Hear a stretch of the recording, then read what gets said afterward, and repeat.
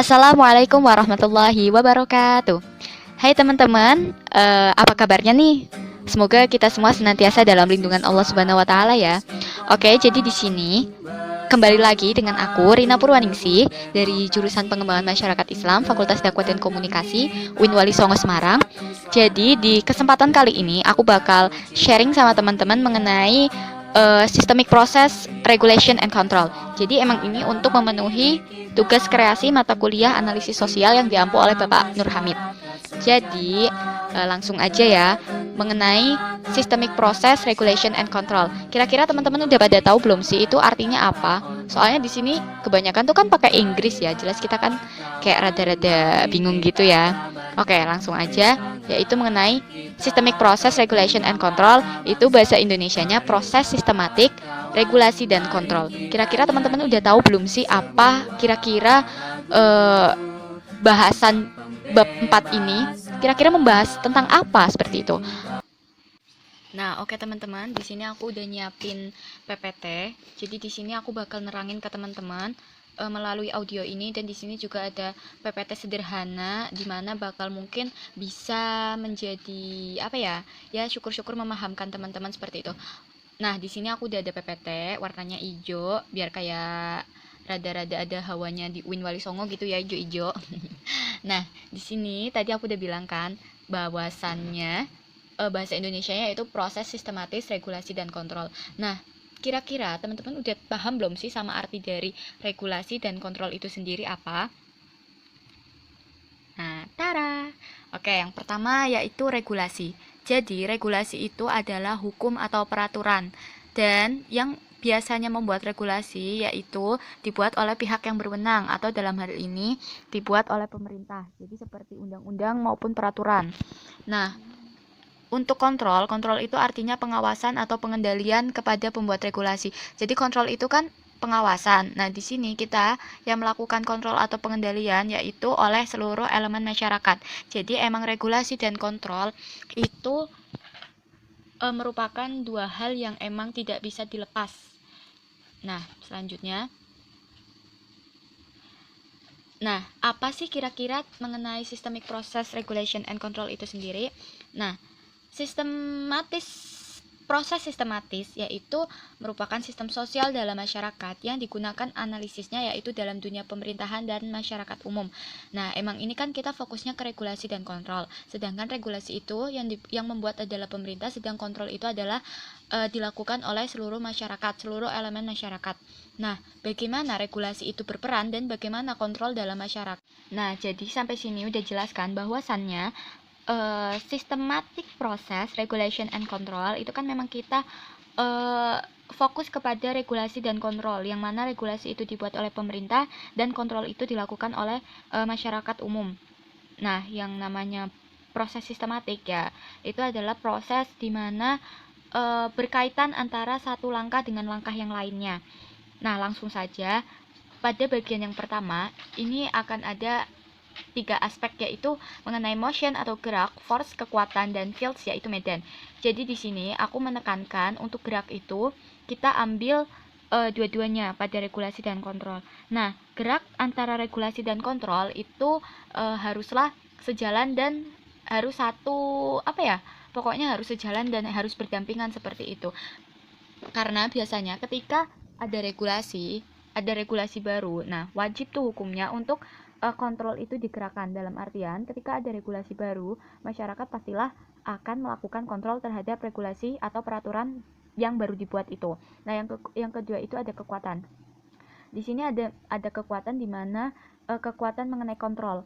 Jadi, sebuah regulasi atau peraturan ketika memang ditolak oleh masyarakat, dalam artian di sini ketika kontrol masyarakat itu memang berjalan dengan baik antara menolak atau menerima regulasi tersebut. Nah, disitulah fungsi atau kekuatan dari kontrol masyarakat, elemen masyarakat seperti itu. Kan seperti yang teman-teman ketahui juga, kontrol itu dilakukan tidak hanya oleh masyarakat umum dalam artian mungkin yang ada pada tataran desa, RT, dan RW, dan sebagainya. Jadi memang kita sebagai mahasiswa pun haruslah melakukan kontrol terhadap apa yang dilakukan oleh pihak yang berwenang dalam hal ini yaitu pemerintah. Kan seperti yang teman-teman ketahui tuh, dulu pas kita awal-awal jadi maba, yang katanya mahasiswa itu agent of change, agent of control. Nah, disitulah salah satu peran mahasiswa dalam hal kontrol sosial seperti itu. Nah, yang selanjutnya itu ada fields atau medan. Jadi di sini memang medan mengenai regulasi pemerintah. Jadi itu memang mau diarahkan kemana regulasi tersebut? Apakah memang benar-benar untuk kepentingan rakyat ataukah ada hal lain seperti itu? Makanya diperlukan yang namanya kontrol dari masyarakat umum.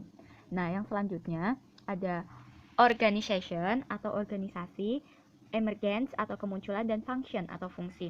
Nah, di sini organisasi aku menekankan ke keduanya, yaitu secara umum pada regulasi dan kontrol. Memang dalam regulasi maupun dalam kontrol itu ada sebuah wadah yang mewadahi jalannya regulasi dan jalannya kontrol di masyarakat. Nah, di sini aku ambil contoh mengenai yang kontrol masyarakat itu ya, itu kita punya organisasi, ada dari organisasi lembaga swadaya masyarakat, terus ada juga mungkin dari kita kemahasiswaan, ada yang namanya organisasi organi ekstra yang biasanya itu memang mengkontrol jalannya regulasi atau jalannya pemerintahan seperti itu. Seperti mungkin ada PMII, HMI, IMM, KAMI, GMNI, dan lain-lain. Itu merupakan suatu organisasi yang ada di kampus atau di kemahasiswaan mengenai untuk yang berfungsi sebagai kontrol di regulasinya pemerintah seperti itu. Nah, yang selanjutnya ada emergence atau kemunculan. Jadi memang kemunculan dari kontrol itu ya berdasarkan karena adanya regulasi itu tersebut. Jadi regulasi itu muncul karena adanya suatu masalah yang memang harus diatur dalam sebuah hukum atau perundang-undangan, maka muncullah sebuah regulasi itu sendiri. Dan nantinya regulasi itu sendiri akan dikontrol oleh masyarakat. Apakah memang sesuai regulasi tersebut dengan apa yang dibutuhkan oleh masyarakat? Seperti itu kurang lebihnya. Nah, yang selanjutnya yaitu ada function atau fungsi. Jadi memang fungsi regulasi itu sendiri ya tentunya untuk kontrol sosial. Dalam artian ketika ada regulasi pasti akan ada kontrol sosial. Nah, yang selanjutnya yaitu ada yang ketiga, ada information atau informasi, ada integration atau integrasi, dan autonomy atau otonomi. Nah, informasi ini jelas sangat diperlukan dalam kontrol maupun dalam regulasi, serta integrasi. Nah, integrasi itu apa sih kira-kira? Integrasi yaitu pengendalian terhadap konflik dan penyimpangan sosial dalam suatu sistem sosial. Jadi memang di sini untuk pengendalian pengendalian masyarakat, kita punya yang namanya aturan perundang-undangan atau regulasi. Sedangkan dalam pengawasannya, regulasi tersebut diawasi oleh masyarakat melalui kontrol sosial tersebut.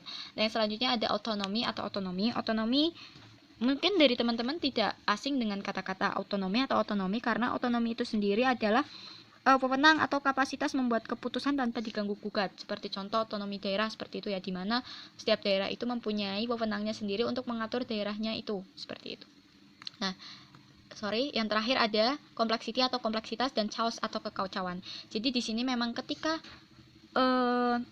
regulasi tidak berjalan sesuai dengan apa yang diharapkan oleh masyarakat, pasti akan terjadi kekacauan. Seperti contoh yaitu mengenai kasus hukum kemarin itu mengenai RUU ya, ada RUU Omnibus Law, terus juga ada RUU PKS seperti itu kan menimbulkan kekacauan walaupun belum disahkan, itu masih berupa rancangan. Nah, dalam RUU tersebut yang namanya rancangan itu kan belum disahkan ya, tetapi sudah menimbulkan kekacauan dan kompleksitas yang tinggi di masyarakat secara umum. Nah, itu yang perlu kita tinjau, apakah regulasi tersebut memang dibuat sepenuhnya demi kepentingan masyarakat atau ada hal lain seperti itu. Nah, disitulah fungsi kontrol sosial mengenai regulasi itu sendiri, dan regulasi pun berfungsi sebagai kontrol di masyarakat atau hukum seperti itu. Jadi memang bahwasannya regulasi dan kontrol itu tidak bisa dipisahkan. Jadi memang harus berjalan beriringan. Oke teman-teman, sekian yang dapat aku sampaikan. Kurang lebihnya mohon maaf. Monggo bisa ditarik kesimpulannya masing-masing. Semoga apa yang aku sampaikan dapat sedikit memberi pemahaman kepada teman-teman mengenai materi di bab 4 ini. Sekian dari aku, kurang lebihnya mohon maaf. Wassalamualaikum warahmatullahi wabarakatuh.